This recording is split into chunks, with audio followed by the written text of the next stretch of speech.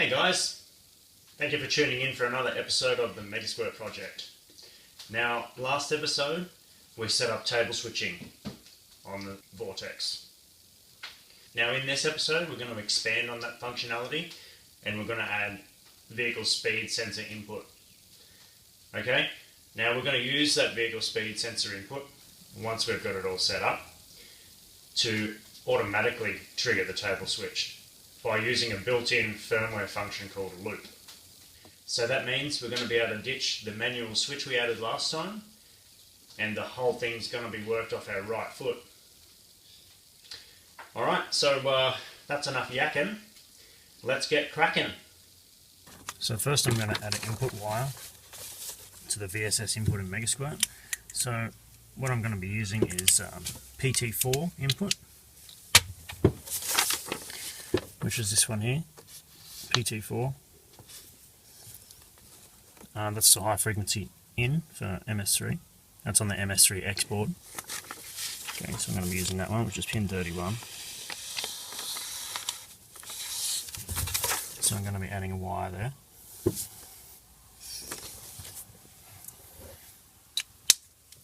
So here it is on the pin out, PT4, which is pin 31.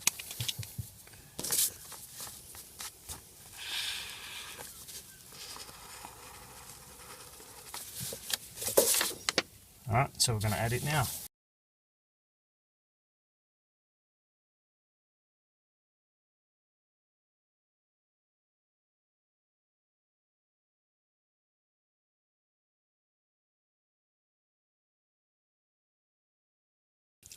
Done. Now I just need to add it to the loom. Alright, so now I need the VSS input from the loom. So that's this one here, car speed sensor, pin 29. It's a yellow-red wire, so pin 29 is this bad boy here. It's on a medium-sized plug, so that's one we're going to tap into for our VSS. So I'm going to just start by dropping the wiring loom back down a little bit.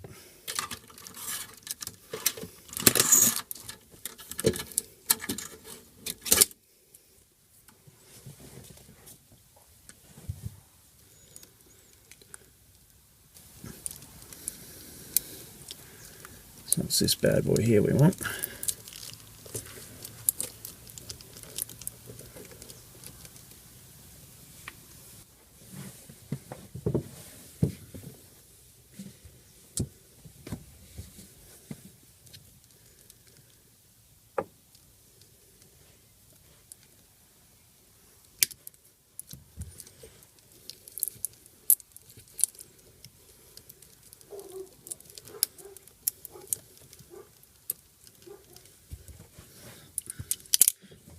This will get neater, I promise, because we're only in the testing phase. I'm not sure exactly what we're going to need for the final setup yet, so I'll just keep adding, and then eventually it will be all just what we need and nice and tidy. So stay tuned for that.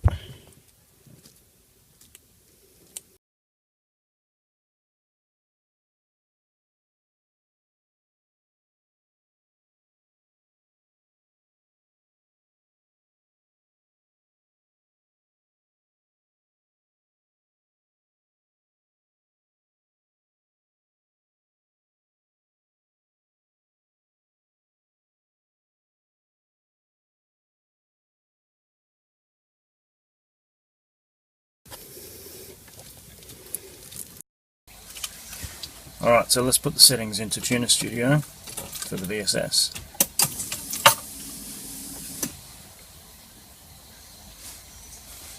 Okay.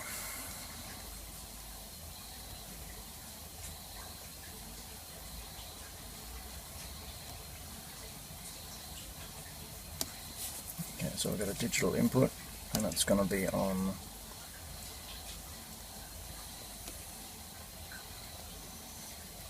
PT4.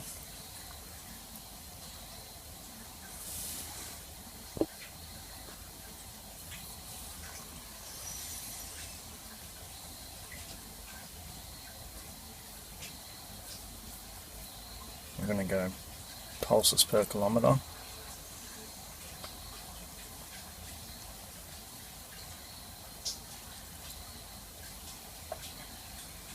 So this is what we're going to have to go for a drive to figure out how many pulses it is. The smoothing lag factor will just be so it's not juddery. So I'm going to start with 1,000.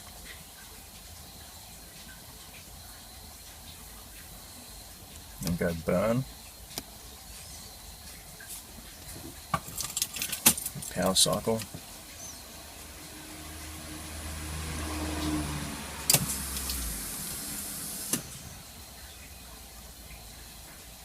Okay, now I'm going to add a VSS gauge.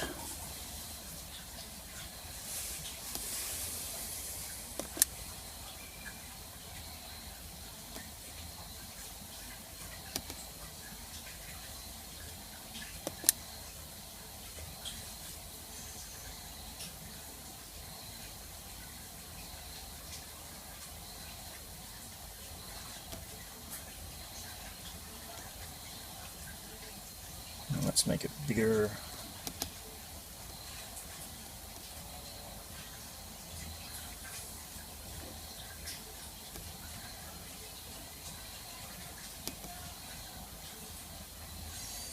I'm just going to put it there for now.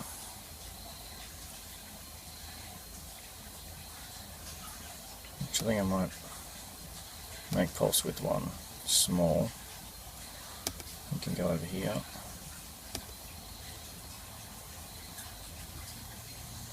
Put VSS down here. Yeah, like that. Cool.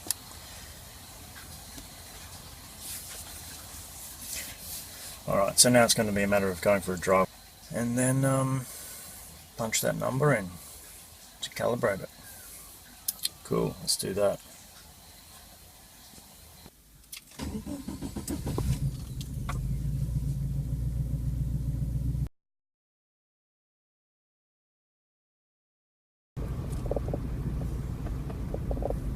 Okay, mine shows 40.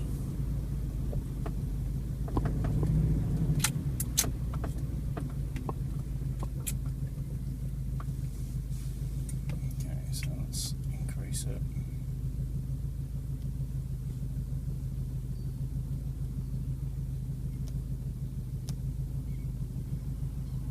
I'm just going to double it.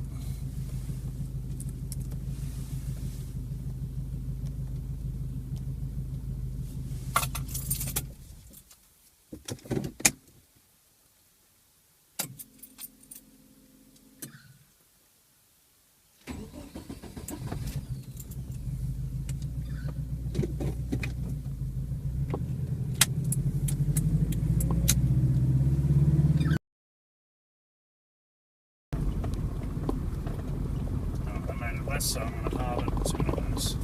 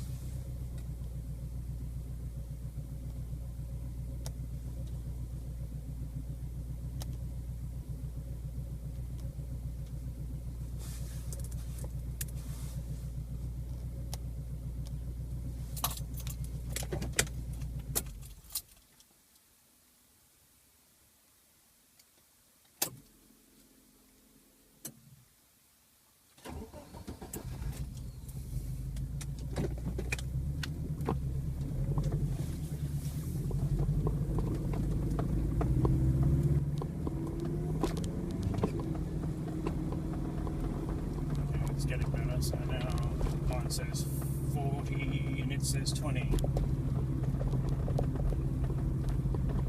So I'm going to try halving it again.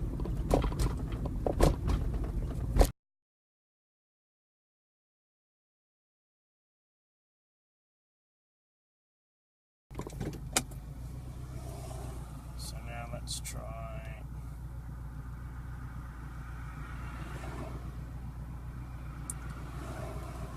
2,500.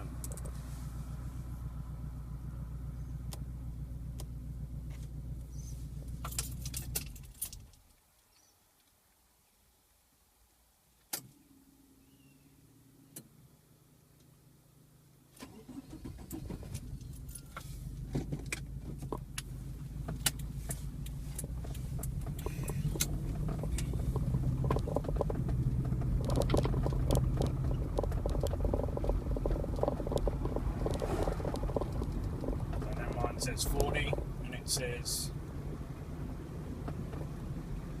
40 a bit. That's pretty close. 43 mine says, that one says about 42. Take it up further. Let's take it up to 60.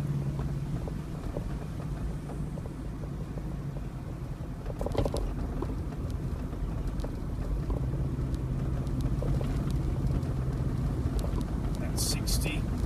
It says 60. Sweet. That's pretty damn close now. Just going to do a run up to 100.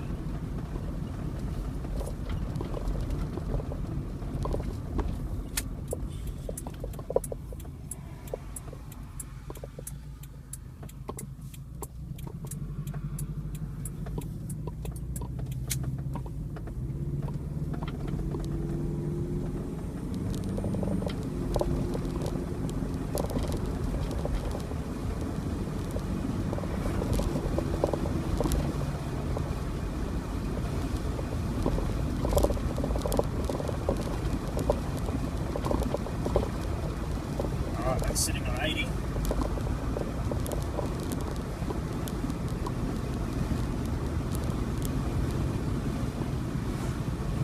Gage says 80.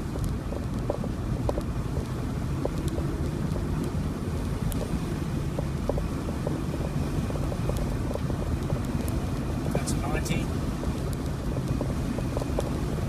Gage says 88. Sweet.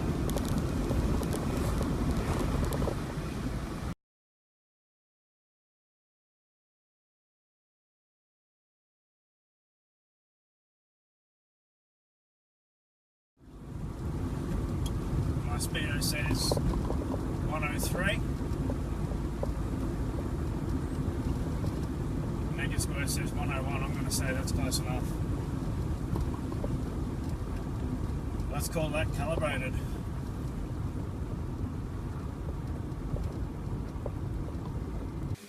Okay, so now that I've got the VSS all connected and calibrated, what I'm going to do now is set it so that the Megasquirt uses the VSS. In that, I'm going to set it to a very low speed, so that when it's under that speed, the Megasquirt is going to change VE maps. Now the reason I've done that is because my car is automatic and it's geared pretty high, and the engine's got a lot of torque. It can cruise along in fourth gear. Pretty much idling away, and which puts it into the idle area, which it likes being tuned different to when the car is just idling with no load. So I'm going to keep my VE table 1 like this, but I've also done a VE table 3, which is just basically for idle and for running with no load, for free revving and so forth. Okay, so you see it maxes out at 110 kPa. Still got the full range of RPM, but they're broken up a little bit more evenly. So it's going to be a lot more tunable at idle and very low speed and very low load on the motor. So I'm going to use the VSS to switch these tables. Now I've already confirmed that the table switching works by means of the switch which you saw before. I've been doing it manually just to test it out, this one here. I've had good success with that. So what we're going to do now is set it up automatically so it works under some conditions with vehicle speed. So what we're going to do is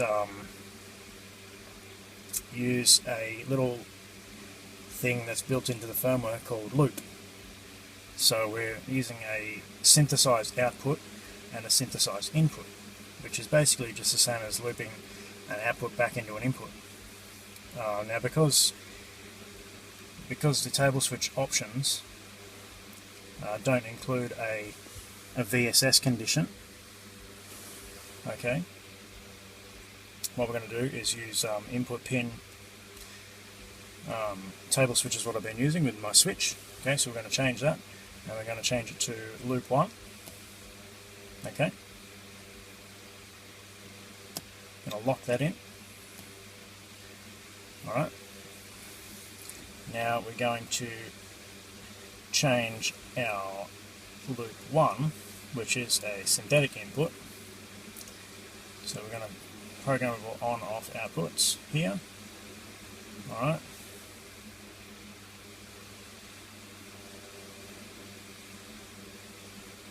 As loop 1.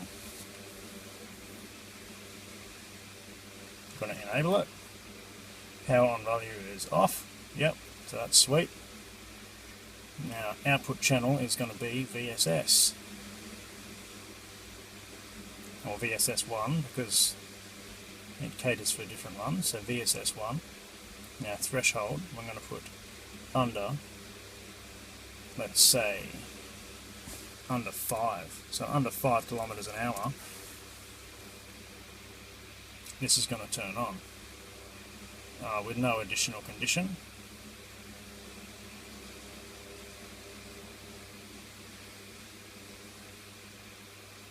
Let's try that.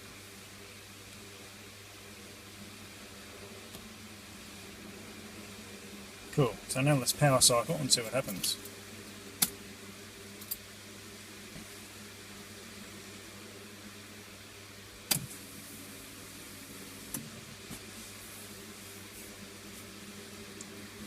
Right, so I'm going to start up now.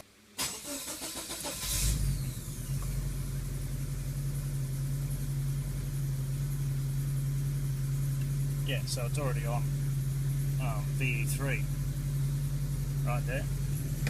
Right, so I think I'll just go for a little drive down the street just to test this out.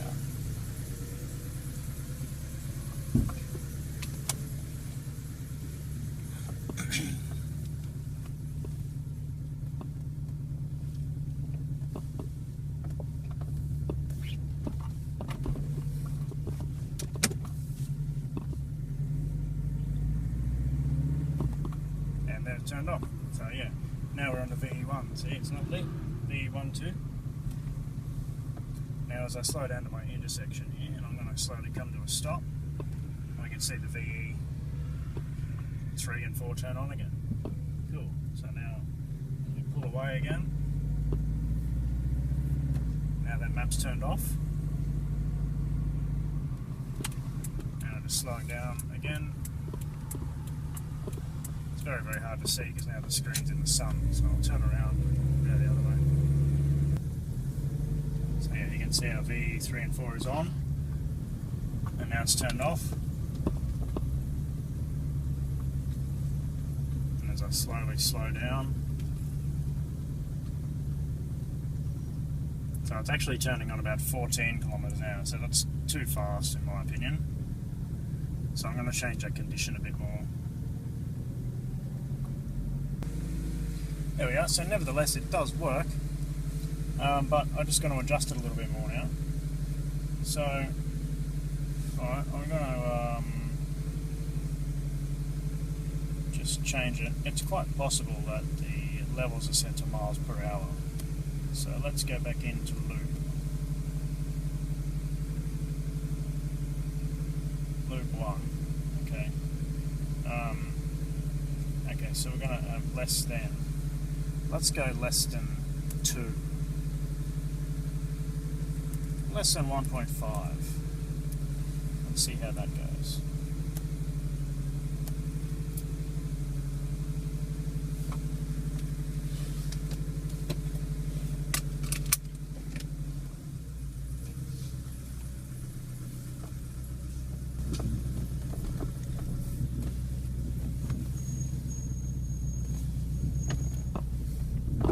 So it's already turning off in my driveway now, so that's a good sign.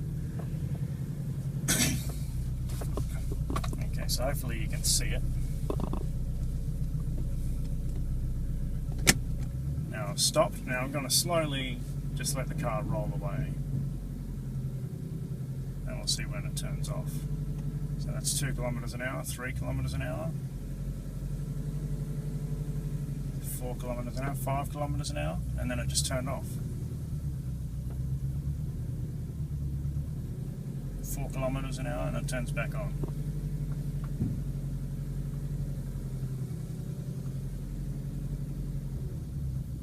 Yeah, so it turns off at about 6 kilometers an hour, and it turns on at about 4. So there you go, that's pretty cool. I reckon that's pretty close to set how I want it. So yeah, now I can tune that VE map number 3 to better suit my idle, and that'll be sweet. Alright guys, well what do you think of that? Now we've got vehicle speed controlled table switching on the Megasquirt. That's pretty filth. Now make sure you tune in next time to the Megasquirt project, because we're going to play with the optical trigger wheel inside the Dizzy. Now what's the best way to do that, you ask? Well, make sure you get on the socials and make sure you subscribe to our channel so that you're notified when the episode drops. Don't want to be wasting time. Until then though, thank you for liking and sharing, and we'll see you next time on Ned's Garage. Peace.